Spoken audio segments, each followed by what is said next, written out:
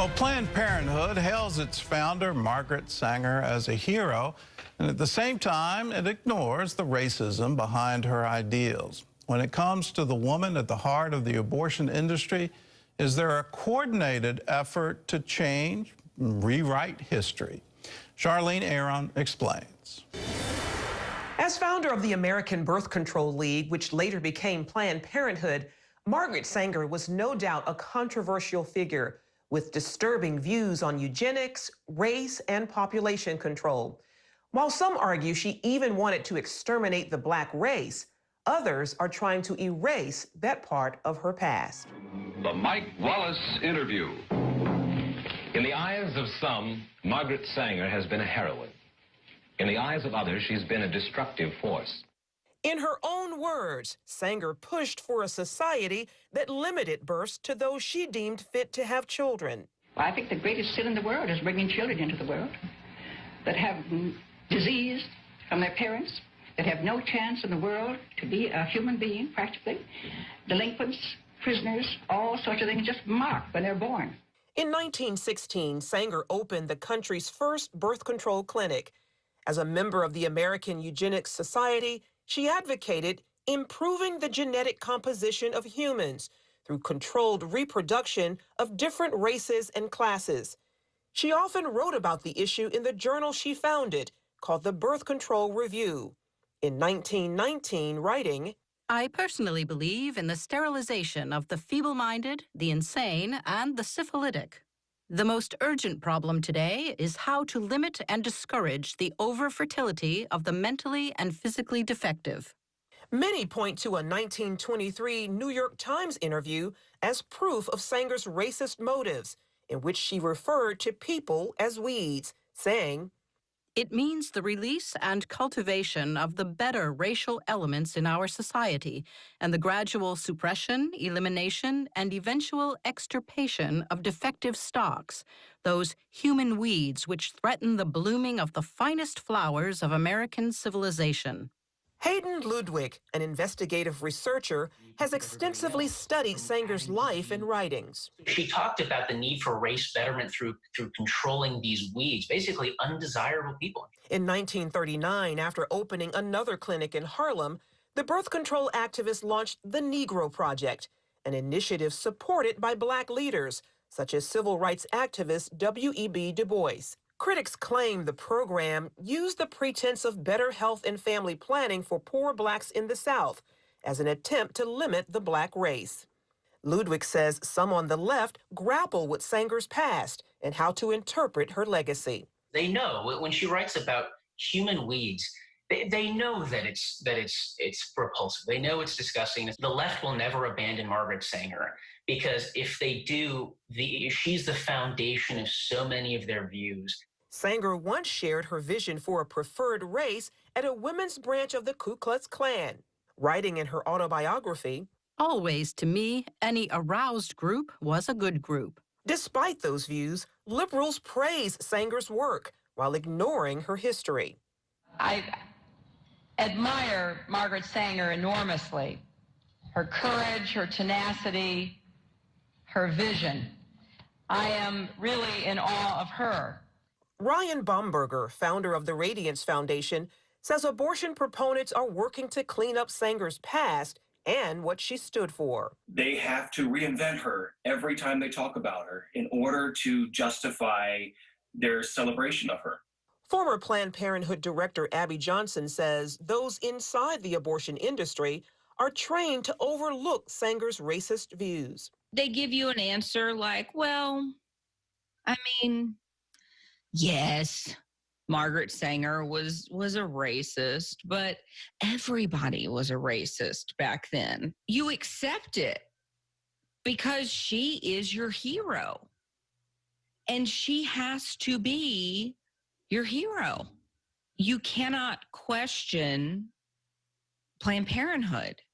In 1997, Stephen Mosher of the Population Research Institute wrote about the push to repackage Margaret Sanger in the Wall Street Journal. The reason I call it the repackaging of Margaret Sanger is because after the Nazi regime destroyed the legitimacy of eugenics forever, They then went back and said, oh, she was just an early feminist. She was just an early supporter of family planning. No, she wasn't. Now, she was a supporter of giving IQ tests to people. She was in favor of using those IQ tests to determine who should be sterilized and who should have children. In a response titled The Demonization of Margaret Sanger, Alexander Sanger, her grandson and president of Planned Parenthood at the time, called Mosher's editorial unfair.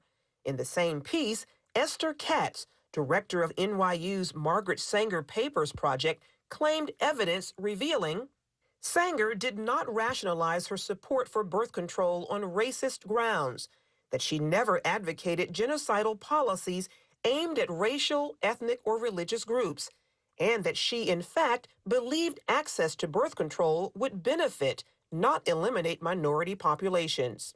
Dr. Katz turned down our request for an interview, although in this article, the editor as public authority interpreting Margaret Sanger, she wrote, by our current highly sensitized standards, some of her attitudes and statements can be construed as racist, elitist, ethnocentric, and not politically correct.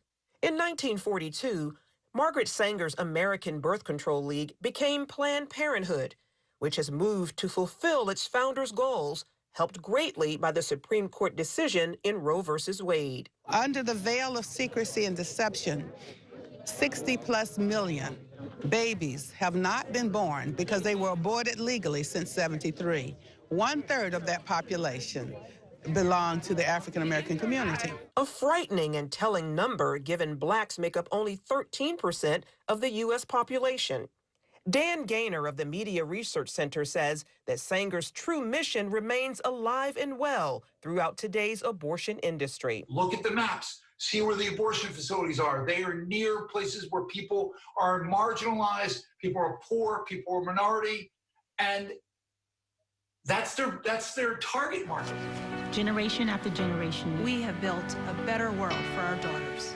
Because of allies in the media and academia, Gaynor also points out how speech from conservatives and others about Sanger's past, Planned Parenthood practices, and abortion is often classified as hate speech. There's nothing as close to a sacrament in the media as abortion. It is a holy writ that abortion is protected. And anybody who comes out against it, any organization, any business, anybody, the media swarm. So does social media. Facebook's new oversight board, and this is really concerning, has 4 co-chairs. And they're going to be the appeals board for content.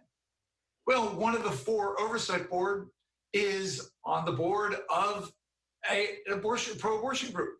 There's no pro-lifers.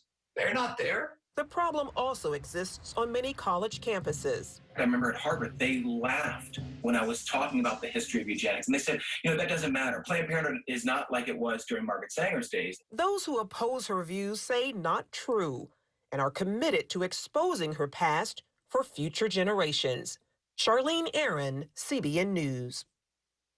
Well, let me underline this story and the whole effort to try to rewrite the history of Margaret Sanger. Back in January of this year, January 2020, this so-called watch group called NewsGuard wrote to us, and they were objecting to some stories we had run on Alveda King, where we quoted Alveda King and quoted her accurately, saying that Margaret Sanger held to the view that blacks were human weeds. And in that letter from NewsGuard, they quoted Esther Katz, who you just saw in that piece, who's part of the Margaret Sanger Papers Project. Here's the quote. I have found no writing that Sanger called blacks human weeds. Now, that's selective because Esther's saying within the Sanders Papers, I have found no writing. And it's selective on purpose. It's trying to eliminate from our current discourse what Margaret Sanger quite clearly told the New York Times back in 1923.